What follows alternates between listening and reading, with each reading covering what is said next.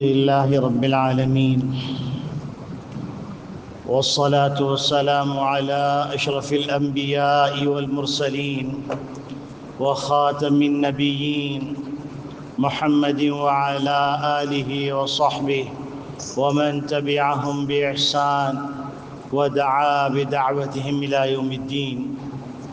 أما بعد، فأعوذ بالله من الشيطان الرجيم. بسم الله الرحمن الرحيم. قال الله تبارك وتعالى: إن الشيطان لكم عدو فاتخذوه عدوا.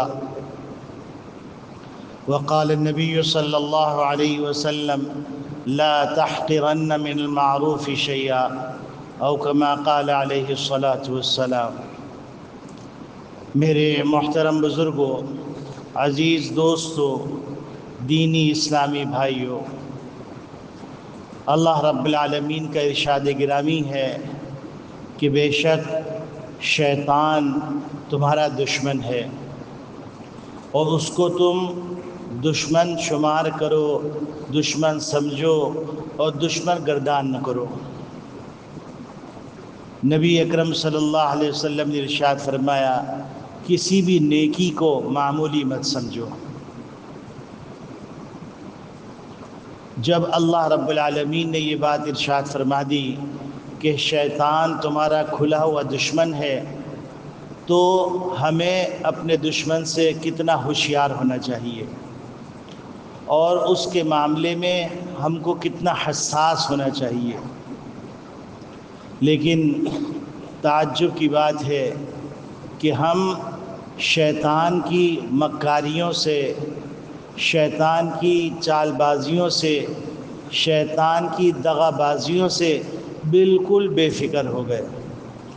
اور اب بدقسمتی یہاں تک پہنچ گئی کہ دنیا کے اندر ایک ایسا گروہ وجود میں آ گیا ہے جو شیطان کا پجاری ہے اور باقاعدہ شیطان کی عبادت کرتا ہے، شیطان کو سجدہ کرتا ہے اور شیطان کے احکامات کو مانتا ہے. اور اس تصور کو عام کرنے کے لیے کلچر کا نام دے دیا گیا اور کلچر کو یہ قرار دے دیا گیا کہ کوئی بھی تفریح تباہ کے لیے کام کیا جائے تو اس میں کوئی حرج کی بات نہیں. تو اس کا نتیجہ یہ ہوا کہ ہیلووین ایک فنکشن کے طور پر مسلمان معاشرے میں، مسلمان تربیت گاہوں کے اندر، مسلمان تعلیم گاہوں کے اندر باقاعدہ ایک فنکشن کے طور پہ منایا جاتا ہے. اور ایسے ریسٹورنٹ بھی ڈیزائن کیے جا رہے ہیں جن ریسٹورنٹ کے اندر اس کلچر کی غمازی ہوتی ہے اور شیطانی تصورات کو فروغ ملتا ہے اور بچے کے دل کے اندر سے شیطان کی نفرت اور شیطان کی قباحت وہ مٹتی جا رہی ہے. پھر اس کے بعد جس طریقے سے ہندوؤں کے اندر ایک دیوی ہے جس کو کالی ماتا کی دیوی کہا جاتا ہے، ایک دیوی ہے جس کو بونی جس کے نام پر رکھی جاتی ہے، یعنی پہلی آمدنی جو ہوتی ہے وہ پہلی آمدنی دن کی اس کو وقف کی جاتی ہے. تو اسی طریقے سے کلچر کے نام پر ایسی گڑیائیں ڈیزائن کی گئی ہیں جن گڑیاؤں کے ماضی کے اندر ایک خاص تصورات ہیں اور اس کے لیے سوشل میڈیا کے اوپر باقاعدہ ٹرینڈ چلایا جا رہا ہے کہ اس گڑیا کو میں لے کے آیا، حالانکہ وہ گڑیا دیکھنے کے اندر انتہائی قریح شکل کی، لیکن اس کا تصور یہ دیا جا رہا ہے کہ گڑیا میں لے کے آیا تو میرے ہاں آمدنی شروع ہو گئی. یعنی گویا کہ اللہ کے علاوہ کسی اور کو نفع پہنچانے والا، کسی اور کو نقصان پہنچانے والا، پھر دوسرے نمبر پر ایک بت کو گھر میں رکھنے والا مسلمان بن رہا ہے۔ اور کلچر کے نام پر مختلف جو کلچر کو فروغ دینے والے ماڈلز ہوتے ہیں، ان ماڈل سے لے کے اس کے ذریعے سے تصویریں کھنچوائیں اور بے سوچے سمجھے بے ہنگم طریقے سے معاشرے کے اندر بہت تیزی سے فروغ پا رہا ہے، اور بہت تیزی سے یہ ٹرینڈ عام ہو رہا ہے، اور یہ سمجھ میں نہیں آ رہا کہ یہ ایسے ہی ہے کہ کوئی آدمی اپنے گھر کے اندر کوئی مورتی لا کے رکھ دے، یہ ایسے ہی ہے جیسے کوئی اپنے گھر کے اندر ہنومان لا کے رکھ دے، یہ ایسے ہی ہے جیسے کوئی آدمی اپنے گھر میں کالی دیوی لا کے رکھ دے، یہ ایسے ہی ہے جیسے لات منات عزا اور حبل کو لا کر رکھ دے۔ اس طریقے سے اس کو فروغ دیا جا رہا ہے۔ پہلے یہ ٹرینڈ مختلف بھالوؤں کی شکل کے اندر اور مختلف بڑی بڑی گڑیوں کے شکل کے اندر لایا گیا، اور باقاعدہ گھروں کے اندر شو پیس کے طور پر بڑے بڑے بھالو، جن بھالوؤں کا کوئی مقصد نہیں سوائے یہ کہ اللہ رب العالمین کے رسول محمد نبی صلی اللہ علیہ وسلم فرما رہے ہیں لا يدخل الملائکۃ فی بیت لا يدخل الملائکۃ بیتا فیہ کلب او تصاویر، کہ فرشتے رحمت کے ان گھروں میں داخل نہیں ہوتے جن گھروں کے اندر کتا اور یہ مورتیاں ہوتی ہیں۔ اب پریشان پھر رہے ہیں، مولوی صاحب تعویذ دے دیجئے، گھر میں بڑے ناچاقیاں ہو رہی ہیں، شاید کسی نے جادو کر دیا۔ حالانکہ جس طریقے سے میگنیٹ کے اندر ایک طاقت ہے وہ لوہے کو گھسیٹ لیتا ہے، اسی طریقے سے نافرمانیوں کے اندر تاثیر ہے کہ وہ نحوست لے کے آتی، اور ہم نحوست والے اعمال کر رہے ہیں، اور ہم توقع کر رہے ہیں کہ ہمارے ساتھ معاملہ اولیاء اللہ والا ہو، اللہ کی رحمت کی برسات ہو۔ اور یہ کلچر فروغ پاتے پاتے نوبت یہاں تک آ گئی، بلی اس کو اپنا بچہ قرار دیا جا رہا ہے، کتا اس کو اپنا بچہ قرار دیا جا رہا ہے، حتیٰ کہ مڈل ایسٹ کے اندر یہ کلچر کا لازمی حصہ بن گیا ہے کہ کسی کے پاس بلی ہو یا کسی کے پاس کتا ہو یا کسی کے پاس، اب تو اس سے بھی معاملہ آگے بڑھ گیا، شیر رکھے جا رہے ہیں، یعنی درندوں سے محبت ہو رہی ہے، انسانوں سے نفرت ہو رہی ہے۔ یہ شیطان کی مکاریاں ہیں، اور ان باتوں کو اگر نہیں بولا جائے گا، ان باتوں کی طرف اگر توجہ نہیں دی جائے گی، تو اس کے نتیجے کے اندر بلی کے لیے اس کے انتقال پر تو صدمہ ہوگا اور اس کے اوپر رویا جائے گا، لیکن اپنی لختے جگر کو اپنے ہاتھوں سے گولی سے مار کے مار ڈالا جائے گا اور کہا جائے گا جائز ہے۔ بالکل احساسات، تصورات، معیارات تبدیل ہو گئے،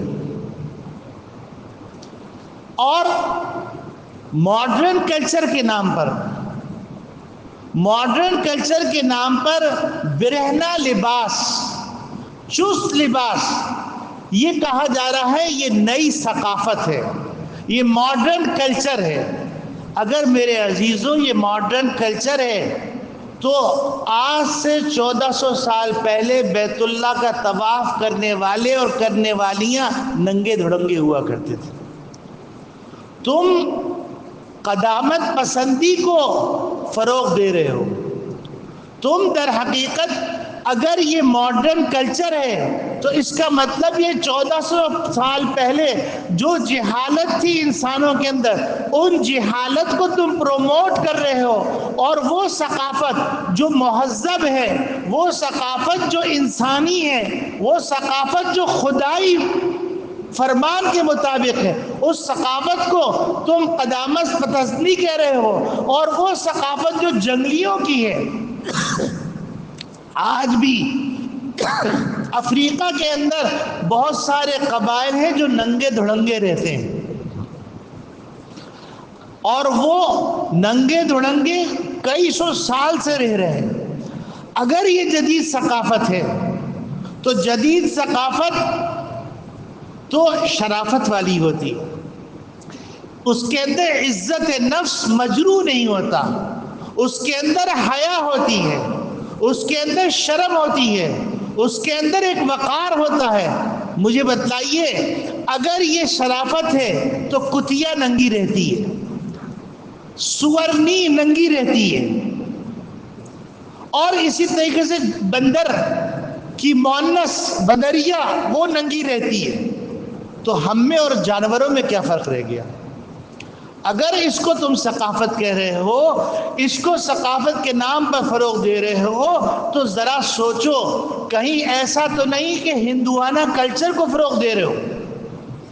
حتیٰ کہ آپ حیران ہو جائیں گے کہ اب نوبت یہاں تک آ گئی ہے کہ پہلے لڑکی لڑکے کی شادی ہوتی تھی تو لڑکی کے گھونگھٹ اٹھتا نہیں تھا، شرم اور حیا سے اس کی آنکھیں نیچی ہوتی تھیں۔ اب لڑکی نیم برہنہ لباس کے اندر پوری پبلک کے سامنے اسٹیج پہ ڈانس کرتی ہے، اور یہ ماڈرن کلچر ہے، اور اس کو بڑی تیزی سے اپنایا جا رہا ہے۔ اور یعنی اب شادی بیاہ کی لازمی تقریب کے طور پہ اس کو مقام دیا گیا ہے کہ دلہن ضرور بھی ضرور ناچے گی۔ سوچئے ذرا سا کہ ہم اپنے معاشرے کو کہاں لے کے جا رہے ہیں۔ اور نبی کریم صلی اللہ علیہ وسلم اور اللہ رب العالمین متوجہ فرما رہے ہیں کہ دیکھو، شیطان کی مکاریوں سے ڈرو۔ شیطان ہر ایک کے ساتھ الگ الگ تدبیر کرتا ہے، مسلمان کے ساتھ تدبیر الگ طریقے سے کرتا ہے، کافر کے ساتھ الگ طریقے سے کرتا ہے۔ جب کافر کے دل کے اندر آتا ہے کہ اللہ برحق ہے، اللہ کی عبادت کرنی چاہیے، تو شیطان ان کو یہ سکھلاتا ہے، انا وجدنا آباءنا علی امتی وانا لہ لحافظون، انا وجدنا آباءنا علی امتی وانا علی آثارہم یہرعون۔ وہ کہتے ہیں کہ ہم نے اپنے آباء و اجداد کو اس طریقے میں پایا اور اس طریقے پہ دوڑے چلے جا رہے ہیں۔ شیطان ان کو کہتا ہے تم اپنے آباء و اجداد کے طریقے کو چھوڑ دو گے، تمہارے ابا جو عبادت کرتے اس کو چھوڑ دو گے، تمہاری اماں کا جو تصور تھا اس کو چھوڑ دو گے۔ مسلمان کو یہ کہتا ہے کہ تم کو عبادت کا شوق ہو رہا ہے، ابھی نہیں، ضرور کرنا، لیکن تم ایسا کرو، کل نہا کر، اچھے کپڑے پہن کر، خوشبو لگا کر کل سے شروع کرنا۔ اب دو باتوں میں سے ایک بات ہوگی، یا تو کل وقت نہیں ملے گا، یا وقت ملے گا تو وہ جذبات باقی نہیں رہیں گے۔ تو شیطان کل کہے گا کل سے شروع کرو، حتیٰ کہ وہ احساسات ختم ہو جائیں گے۔ اور اللہ کا ضابطہ ہے اور انسان کا بھی ضابطہ ہے کہ آپ کے گھر کے اندر مہمان آئے گا، مہمان کا اگر آپ اکرام کریں گے تو اس کا دوبارہ آنے دل چاہے گا۔ اور اسی طریقے سے یہ جو نیکی کا خیال آتا ہے، یہ نیکی کا خیال اللہ کا مہمان ہے، اور تصوف کی اصطلاح کے اندر اس کو وارد کہتے ہیں۔ تو یہ وارد جو آیا، جب تم نے اس کی طرف توجہ نہیں دی تو اس کے نتیجے کے اندر یہ آہستہ آہستہ تمہارے پاس آنا چھوڑ دے گا، اور ایک وقت آئے گا دل پورا سیاہ ہو جائے گا، اب برائی اچھائی لگنے لگے گی اور اچھائی برائی لگنے لگی۔ اچھوں کی مجلس کے اندر وحشت ہونے لگے گی، اچھوں سے ملاقات کرنے سے ایک بے چینی پیدا ہونے لگے گی، طبیعت کے اندر تکدر پیدا ہوگا، اور رقص و سرور کی محفلوں کے اندر اور نافرمانی کی محفلوں میں مزہ آنے لگے گا۔ یہ ضابطہ ہے۔ اور پھر شیطان کیسی مکاریاں کرتا ہے؟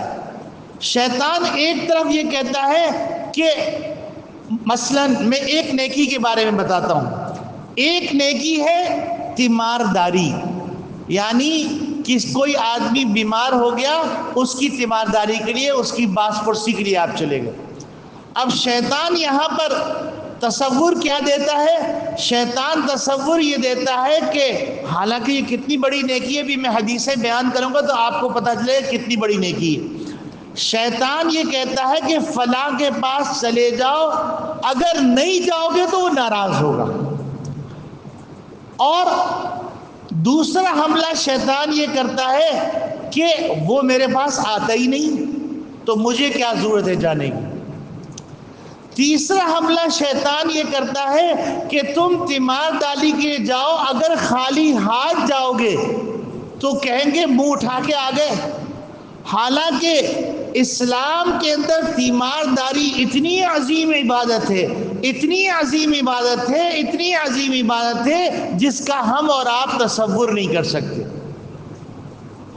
ایک حدیث میں آتا ہے کہ جو آدمی کسی مسلمان بھائی کی تیمارداری کرتا ہے تو وہ باغ کے اندر ہوتا ہے، جس باغ کے جب تک وہ وہاں رہتا ہے وہ جنت کے باغ کے اندر ہوتا ہے۔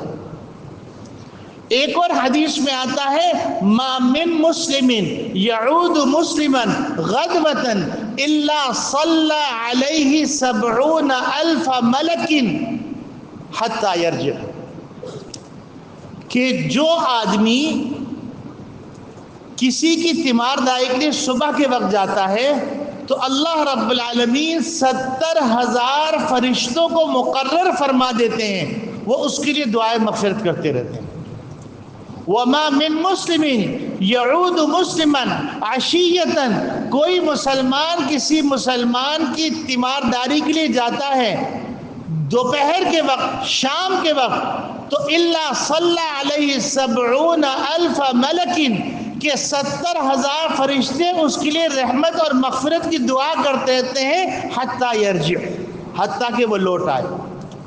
اور وَلَهُ خَرِيفٌ فِي الْجَنَّةِ، اور جنت کے اندر اس کے لیے ایک باغ مقرر کر دیا جاتا ہے۔ اب آپ سوچئے کہ کتنی عظیم نیکی ہے اور کتنی آسانی سے حاصل ہو سکتی ہے، لیکن شیطان نے کیا کہا؟ وہ نہیں آتا تو میں کیوں جاؤں؟ اور نبی کریم صلی اللہ علیہ وسلم فرما رہے ہیں لیس الواصل المکافی، جو آدمی برابری کرتا ہے، ادلا بدلا کرتا ہے، وہ صلہ رحمی کرنے والا نہیں۔ ولیکن الواصل من اذا قطع رحمہ وصلها، کہ صلہ رحمی کرنے والا وہ شخص ہے کہ جب اس سے قطع تعلق کیا جاتا ہے تو وہ اس کو جوڑتا ہے۔ یہ نبی کریم صلی اللہ علیہ وسلم نے تعریف کر دی۔ اب ہم اس کو انسانی تصور سے ذرا سوچیں۔ ایک آدمی دولت کما رہا ہے، آپ یہ کہیں کہ وہ مجھ سے بات نہیں کرتا لہذا مجھے دولت کمانے کی ضرورت ہی نہیں۔ ایک آدمی آفر کر رہا ہے کہ جو میرے پاس آئے گا میں اس کو بزنس دوں گا، اس کو کاروبار کا طریقہ سکھلاؤں گا اور ساتھ ساتھ میں راس المال کے طور پہ کچھ پیسے بھی دوں گا۔ آپ مجھے بتلائیے کہ اگر آپ کی اس سے ناراضگی ہے تو کیا آپ اس سے دنیا کے خاطر بینیفٹ لینے نہیں جائیں گے؟ آپ ضرور جائیں گے۔ تو اب آپ سوچئے ایک آدمی آپ سے صلہ رحمی نہیں کر رہا ہے، اللہ رب العالمین فرما رہے ہیں صلہ رحمی کرو گے تو تم جنت کے باغ کے اندر ہو۔ اللہ رب العالمین فرما رہے ہیں تم صلہ رحمی کرو گے تو 70,000 فرشتے تمہارے لیے دعائے مغفرت اور دعائے رحمت کرتے رہیں گے۔ تو کیا آپ اس وجہ سے کہ وہ آپ کے ساتھ صلہ رحمی نہیں کر رہا آپ یہ نیکی چھوڑ دیں گے؟ دنیا کی چیزیں تو ہم چھوڑنے کے لیے تیار نہیں، حالانکہ دنیا 60 سال 70 سال بہت ہوا 100 سال، اور آخرت لامتناہی ہے۔ تو ہم اگر صرف انسانی مزاج کے اعتبار بھی سوچیں تو ہم اپنا کتنا نقصان کر رہے ہیں۔ اور تیمارداری کے لیے کوئی چیز ذرا شرط نہیں ہے، تیمارداری کے لیے اس کا تیمارداری کرنا شرط نہیں ہے۔ تیمارداری کے لیے یہ نیت کرنا کہ میں جاؤں گا تو جب میں بیمار ہوں گا تو ایسی صورت کے اندر وہ میرے تیمارداری کے لیے آئے گا. تو آپ نے تو نیکی برباد کر دی. آپ نے اللہ کے لیے نہیں کیا, آپ نے اپنی غرض کے لیے کیا. تو شیطان اتنی عظیم نیکی, اس نیکی کو چھڑوا دیتا ہے. حتیٰ کہ بعض دفعہ ایسا ہوتا ہے کوئی آدمی بیمار ہے اور آپ کی اس سے ناچاقی انتہائی درجے کی, آپ تیمارداری کرنے چلے جائیں تو وہ معافی مانگتا ہے کہ بھائی میں تو آپ کے ساتھ ایسی بد اخلاقی کر رہا تھا اور آپ نے میرے ساتھ اتنا حسن سلوک کیا. تو اب یہاں پر ایک اور اجر مل گیا.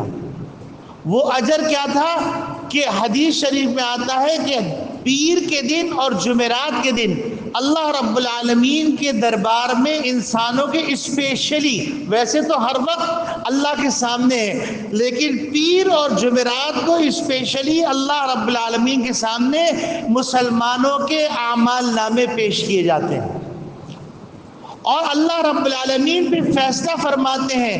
اس ہفتے اس کی بخشش کر دی گئی, لیکن اللہ بینہ و بین اخیہ شحنہ, اگر دو مسلمان بھائیوں میں آپس میں کینہ ہے, بغض ہے, تو اللہ رب العالمین کہتے ہیں ان کو چھوڑ دو, یا تو یہ صلح کر لیں, اور اگر صلح نہیں کرتے تو ان کے اعمال موقوف رہیں گے. اب آپ سوچئے کہ ہم صبح سے شام تک کتنی نیکیاں ضائع کر رہے ہیں, اور صبح سے شام تک ہم اپنے لیے اللہ کی رحمت کے دروازے کتنے بند کر رہے ہیں. اچھا, پھر نبی کریم صلی اللہ علیہ وسلم صرف یہ نہیں کہ ایک بات بتلا دی کہ تیمارداری کرو, بلکہ نبی کریم صلی اللہ علیہ وسلم تیمارداری کے آداب بھی بتلائے. فرمایا من عاد مریضا فلیخفف, جب کسی آدمی سے تیمارداری کے لیے جاؤ تو ہلکی پھلکی تیمارداری کرو. یعنی بیمار آدمی کبھی چاہتا ہے پاؤں پھیلانا, کبھی چاہتا ہے بے تکلف لیٹنا, کبھی چاہتا ہے گھر والوں کے پاس ہونا. اب آپ جا گئے, آپ چلے گئے, اب وہاں پر جانے کے بعد بعض دفعہ وہ آدمی اپنے پاؤں سمیٹ کے بیٹھا ہوا ہے, دل چاہ رہا ہے پاؤں پھیلائے لیکن آپ کے اکرام میں پاؤں نہیں پھیلا رہا. وہ چاہ رہا ہے لیٹ جائے لیکن آپ کے اکرام میں لیٹ نہیں سک رہا. وہ چاہ رہا ہے اپنے بیٹے بیٹی بیوی بچوں اپنے بڑوں کو بلائے, ان سے بات چیت کرے, وہ بات چیت نہیں کرے. اب مولوی صاحب گئے, اب بیٹھے ایران کی توران کی ہانکے چلے جا رہے ہیں, ہانکے چلے جا رہے ہیں. وہ بیچارہ تھک کے پریشان ہو گیا, برا حال ہو گیا. تو نبی کریم صلی اللہ علیہ وسلم فرماتے ہیں آداب عیادت کے اندر یہ بات شامل ہے کہ من عاد مریضا فلیخفف, جب کوئی آدمی مریض کی عیادت کے لیے جائے تو وہ اس کے ساتھ جو ہے ذرا سا ہلکا معاملہ کرے, ہلکی پھلکی عیادت کرے, یعنی اس کی خیر خیریت پوچھے, دعا دے اور اس کے بعد واپس آ جائے. اسی طرح ایک شخص عبداللہ ابن مبارک رحمۃ اللہ علیہ, بہت بڑے محدث ہیں, صوفی ہیں, امام ابو حنیفہ رحمۃ اللہ علیہ کے شاگرد ہیں, وہ بیمار ہو گئے. تو لوگ چونکہ عالمی شخصیت تھے تو لوگ ان کی تیمارداری کے لیے آ رہے تھے. ایک صاحب آ کر بیٹھ گئے. اب لوگ آ رہے ہیں جا رہے ہیں, آ رہے ہیں جا رہے ہیں, وہ صاحب بیٹھے ہوئے. اب عبداللہ ابن مبارک تکلف کے اندر رحمۃ اللہ علیہ فرما نہیں رہے کہ میاں اللہ کے واسطے چلے جاؤ تاکہ میں بے تکلف بیٹھوں. اب وہ بیٹھے ہوئے ہیں, حتیٰ کہ عبداللہ ابن مبارک رحمۃ اللہ علیہ عاجز آ گئے, فرمانے لگے لوگ بھی عجیب ہیں, تیمارداری کے آداب بھی نہیں آتے. تو وہ صاحب کھڑے ہوئے, کہنے لگے حضرت واقعتاً بہت لوگ آ رہے ہیں, میں دروازہ بند کر دوں تاکہ لوگ نہ آئیں. تو عبداللہ ابن مبارک رحمۃ اللہ علیہ فرمایا بے شک دروازہ بند کر دیے, لیکن باہر جا کے بند کیجیے. یہ جو آپ اندر بیٹھے ہوئے ہیں, اس اندر بیٹھنے سے مجھے اذیت ہو رہی ہے, آنے والے تو جا رہے ہیں, آپ جو براجمان ہوئے ہوئے ہیں ان کی وجہ سے مجھے تکلیف ہو رہی ہے, نہ میں پاؤں پھیلا سک رہا ہوں, یہ تشریح میں کر رہا ہوں. اسی طریقے سے تیمارداری کے آداب میں یہ بات بھی لکھی ہوئی ہے کہ اوقات دیکھ کے جائیں. دوپہر کے قیلولے کا وقت نہ ہو, رات کے سونے کا وقت نہ ہو, یا ایسا وقت نہ ہو جس وقت کے اندر وہ اپنے گھر والوں کے ساتھ ہوتا ہے. اور بہتر یہ ہے کہ پوچھ کے چلے جائیں کہ میں آنا چاہ رہا ہوں, آپ کے لیے یہ وقت مناسب ہے یا جو ہے میں کسی اور وقت آ جاؤں. یہ آداب میں سے پہلا ادب تو یہ ہے کہ ہلکی پھلکی عیادت کی جائے. دوسرا ادب یہ ہے کہ جب عیادت کرنے جائیں تو ان سے کہیں لا باس لک طہور انشاءاللہ، یعنی آپ پریشان مت ہوئیے. یہاں دو تسلیاں ہیں. ایک تسلی یہ ہے کہ آپ پریشان نہ ہو، آپ کو انشاءاللہ صحت مل جائے گی، ایک دعا ہو گئی. دوسری دعا طہور، آپ اس سے بھی پریشان نہ ہو کہ آپ کو یہ بیماری آئی ہے، یہ بیماری آپ کے لیے خیر لے کے آئی ہے، آپ کی بخشش کا ذریعہ بنے گی. محدثین نے اس روایت سے استدلال کیا ہے اور اس روایت کو ساتھ استدلال کے طور پہ پیش کیا ہے کہ حدیث میں آتا ہے الحمى من فیح جہنم، بخار جہنم کی تپش ہے. تو محدثین فرماتے ہیں کہ لا باس لک طہور سے معلوم یہ ہوتا ہے کہ وہ گناہ جس گناہ کی وجہ سے جہنم کی آگ میں جلنے والا تھا، اس بخار آنے کے نتیجے میں اللہ رب العالمین نے وہ گناہ معاف کر دیا، اب اس گناہ کی وجہ سے آگ میں نہیں جلے گا. اور اس کے دلیل کے طور پہ فرمایا لا باس لک طہور انشاءاللہ، آپ پریشان مت ہوئیے، نا امید نہیں ہوئیے، یہ آپ کے لیے پاکیزی کا باعث ہے، آپ کو گناہوں سے پاک کر دے گا. اور تیسرا ادب یہ ہے کہ نبی کریم صلی اللہ علیہ وسلم نے ایک دعا سکھلائی ہے اسأل اللہ العظیم رب العرش العظیم ان یشفیک. اس دعا کے بارے میں آتا ہے کہ اس دعا کی تاثیر یہ ہے کہ اگر موت مقدر نہیں ہے تو ضرور بھی ضرور ہر مرض سے شفا ملے گی. تو آسان سی دعا ہے اسأل اللہ العظیم رب العرش العظیم ان یشفیک، یعنی میں اس پروردگار سے سوال کرتا ہوں جو بڑا عظمت والا ہے، عرش عظیم کا پروردگار ہے، ان یشفیک کہ پروردگار آپ کو شفا دے دے. تو موت کے علاوہ باقی چیزوں سے شفا ہو جائے گی. تیسری دعا جو نبی کریم صلی اللہ علیہ وسلم نے سکھلائی ہے وہ دعا یہ سکھلائی ہے اللہم اذھب البأس رب الناس اللہم اشفی انت الشافی لا شفاء الا شفاءک شفاء لا یغادر بعدہ سقما. یہ دعا ہے، سر پہ ہاتھ رکھ کے دم کر دیا. تو میرے عزیزوں، شیطان کی مکاریوں کو سمجھو، اور اللہ رب العالمین جو بات فرما رہے ہیں، جس وقت قرآن نازل ہوا اس وقت یہ آیت نازل ہوئی، اور جس وقت قرآن کریم لوح محفوظ میں لکھا گیا وہاں پر یہ ضابطہ لکھا ہوا تھا ان الشیطان لکم عدو فاتخذوہ عدوا، شیطان تمہارا دشمن ہے، اس کو دشمن سمجھو. اب جن گناہوں کی نشاندہی میں نے کی ہے ان گناہوں کو سامنے رکھیے، اور جن نیکیوں کی نشاندہی کی ہے ان نیکیوں کو اختیار کرنے کی کوشش کیجیے. تو آپ اللہ کی رحمت کے سائے میں آ جائیں گے. 70,000 فرشتے آپ کے لیے دعائے مغفرت کرتے رہیں گے، حتیٰ کہ اب تو یہاں تک سہولت ہو گئی کہ آپ موبائل کے ذریعے سے رابطہ کیجئے، دور دراز کوئی موجود ہے، آپ نے خیر خیریت پوچھ لی ہے، یہ اجر حاصل ہو گیا. آپ نے واٹس ایپ پہ رابطہ کیا، فیس بک پہ رابطہ کیا، آپ نے اس کو دیکھ بھی لیا اور اس سے حال احوال بھی لے لیے. تو اب تو یہ نیکی کمانے کے لیے پورا عالم کھل گیا ہے، اور پورے عالم کے اندر کوئی نہ کوئی کسی نہ کسی وقت بیمار ہوتا ہے. اگر آپ اس نیکی کے ارادے سے اس کو فون کرتے ہیں، اس سے واٹس ایپ پہ بات کرتے ہیں، تو آپ اس فضیلت کے مستحق ہو جائیں گے. یعنی آج کل نیکیاں کمانا بہت آسان ہے، اور یہی وجہ ہے کہ نبی کریم صلی اللہ علیہ وسلم فرمایا لا تحقرن من المعروف شیئا، کسی نیکی کو معمولی مت سمجھو. تمہیں پتہ نہیں کس نیکی کی وجہ سے تم جنت میں چلے جاؤ گے، تمہیں پتہ نہیں کس نیکی کی وجہ سے تمہاری بخشش ہو جائے گی. اللہ رب العالمین ہم سب کو گناہوں سے بچنے کی توفیق عطا فرمائے، شیطان کے شر سے محفوظ فرمائے، اور نیکیاں اختیار کرنے کی توفیق عطا فرمائے. وآخر دعوانا ان الحمد للہ.